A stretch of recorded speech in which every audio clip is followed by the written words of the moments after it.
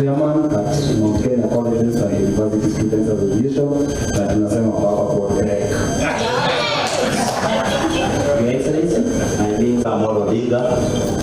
Allow me to say this: God is good all the time, and all the time God is good. I am overseer of Kenya Outreach Mission. One of the pastors who said no. Lakini mimi nilisimama na ukweli. Na Murudhini niliattend, and we go to the slogan that we are the people. We are the people. We are the people. We are the people. We are the people. We are the people.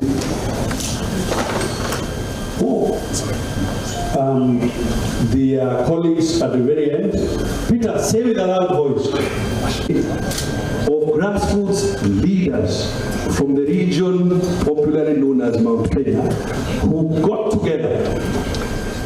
Allow me therefore, Your Excellency, to call perhaps only three. In any case, unity yetu tukua pamoja na watu wengine wako pamoja, ripple effect ni sisi wote tukua united. Baba, watoto wenye wako hapa, hata Mheshimiwa Arati, ile kitu tumekuwa tukisema for a very long time, there are only two way about this issue that we are facing in the country. Either uko side ya watu ama uko against watu. Hii unity yetu ilikuwa ya kusema the tax is too high. The children are not going to school. Hakuna capitation kwa mashule. Yesterday the Daily Nation talked about the anatomy of a sick nation. 27 counties hazina madawa. So hata saizi mtu akifaint hapa by bad luck, you are just on your own. Baba, tumekuwa tukisema if people go to bunge, na tuko na waheshimiwa hapa including my new friend Dr. Obara, tumesema tu vitu mbili. Usikue kazi yako uko kwa parliament ni kujifanya uko indifferent. How you will vote wakati ya kupitisha finance bill, that's when you will know if you are for the people or against the people. Unaona saizi baba, the youth are really suffering, including youth wa Mount Kenya.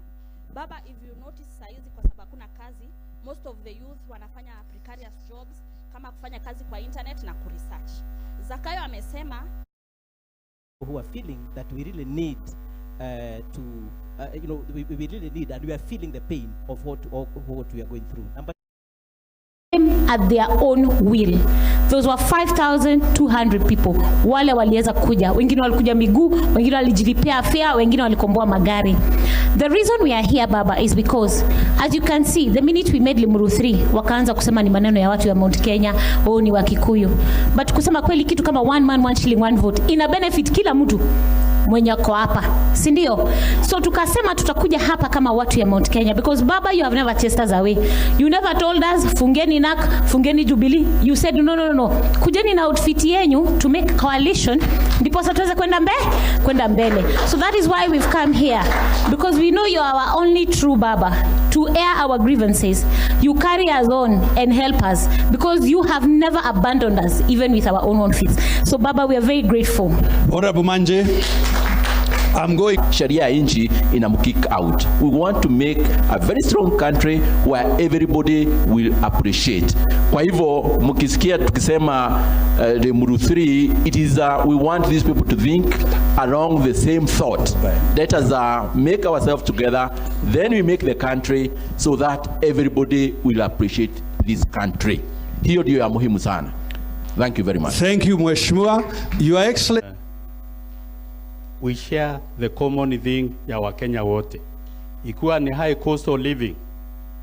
High cost of living ina affect mtu wote Mkenya. Ikiwa ni maneno hii ya shule, schools, they affect us all over the country. Tukiangalia kama saa hizi watoto wetu wasomi, na ukienda Kenya, dunia yote utakuta Mkenya anafanya biashara, ameandikwa mahali huko Ulaya, na hiyo pesa inasaidia nchi yetu sana. Hiyo remittance ya diaspora people, hiyo it's depending on it. Ndio tunadepend kuleta foreign exchange yetu. Tukiharibu education yetu, hatutapata hao watu naenda dunia yote, wako huko wanafanya biashara, kazi huko. Hawa ndio tunaangalia. Hata hii serikali juzi ilikuwa inasema inapeleka watu vijana waenda wakafanya kazi ngambo. Tukua hatuna education, hata hao watoto hataenda huko. This is the first time in Kenya unaangalia mama mboka, boda na huko ni saa mtu anaongea maneno ya taxes. It has never happened in our independent Kenya. Lakini za hizo ukienda hata mama mkulima huko anauliza hii taxi ni nini hii tunaletewa. It is affecting everybody. Na ikiingia mpaka ingie huko ndani itaharibu economy yetu. Baba, tushikane sisi wote wa Kenya, tuangalie tusaidie nchi yetu kwa sababu tuko na shinda kubwa. Tukiharibu huyo mama mboka, boda wale walitumia kupika kura sana, tukakuwa tumeharibu nchi yetu.